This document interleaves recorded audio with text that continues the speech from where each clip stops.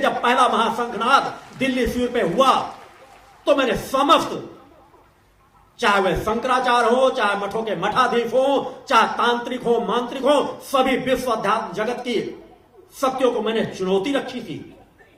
क्योंकि मेरा धर्म कहता था कि इस महाशंखनाद के पहले मैं अपना उद्घोष करूं कि मैं कौन हूं, मेरी क्या सामर्थ्य है, और अगर मेरी सामर्थ्य को कोई पराजित कर दे तो इस महाशंखनाद को करने की पात्रता मेरी नहीं होगी। मैं हर कदम, एक एक कदम अपनी पात्रता को समाज में रखता हुआ बढ़ता हूं।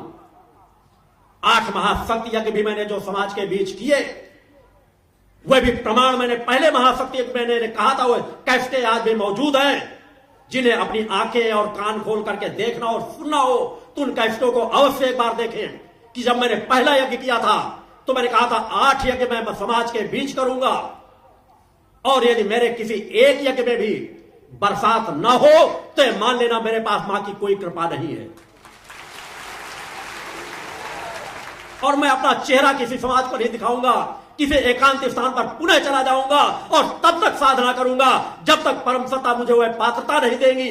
मेरा लक्ष्य तो सुनिश्चित है कि समाज का कल्याण करना, समाज में परिवर्तन लाना, अनीति अन्याय अधर्म का नाश करना, यह मेरा दृढ़ संकल्प है जो उस परम सत्ता ने भरा है कि जब तक अनीति अन्याय अधर्म का समापन नहीं हो जाएगा, एक नहीं अनेकों जन्म क्यों न लेना पड़े, इस पंचज्योत शक्ति सिद्धाश्रम की ध्वजा सदा सदा के लिए फहराती रहेगी। इसी पंचज्योत शक्ति सिद्धाश्रम में आपका गुरु सदा सदा के लिए वास करेगा और यह परिवर्तन इस पंचज्योत शक्ति सिद्धाश्रम से आएगा जरूर।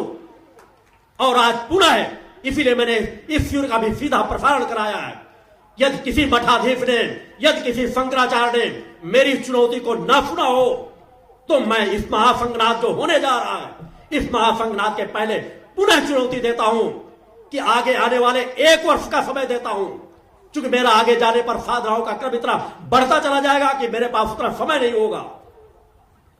आने वाला 1 वर्ष का समय देता हूं कि विश्व की हिंदू धर्म ही नहीं, किसी धर्मों के जितने धर्म प्रमुख हैं, यदि किसी के पास सामर्थ्य हो, यदि मेरे साधनात्मक तब्बल को झुका देंगे तो अपना सर काट के उनके चरणों में चढ़ा दूंगा, जिंदगी भर उनकी गुलामी करूंगा। मेरे पास कोई अपना अहंकार नहीं है, मेरे पास सिर्फ सत्य की आवाज है। अगर उसमें परम सत्ता की कृपा का एहसास समाज को कराऊंगे नहीं तो उस परम सत्ता का कोई भक्त बन ही नहीं सकेगा। क्योंकि विश्वास समाज में आ चुका है कि इस कलिकाल में मां को देखा नहीं जा सकता, मां को जाना नहीं जा सकता, मां की कृपा नहीं प्राप्त की जा सकती। अरे आज विज्ञान के पास भी वो सामर्थ्य है। मैंने चुनौती दी है कि वो शंकराचार्य, मठाधीश और धर्माचार्य इकट्ठे हों और मैं भी इकट्ठा खड़ा होता हूं। विज्ञान के पास यह सामर्थ्य है कि कौन झूठ बोल रहा है, कौन सच बोल रहा है, इसका परीक्षण हो सकता है और इसका परीक्षण होना चाहिए।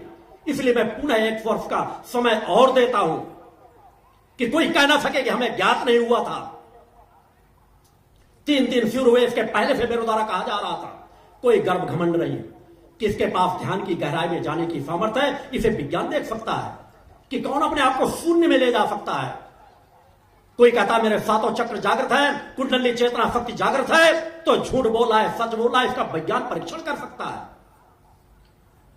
और तीसरा जो मैंने परीक्षण कहा है कि उन शंकराचार्यों, धर्माचार्यों, मैं किसी का अनादर नहीं करता, मैं सभी का सम्मान करता हूं कि हर एक के पास कुछ ना कुछ है, मगर वो ठहर चुके हैं और ठहरा हुआ जल हमेशा दूषित हो जाता है।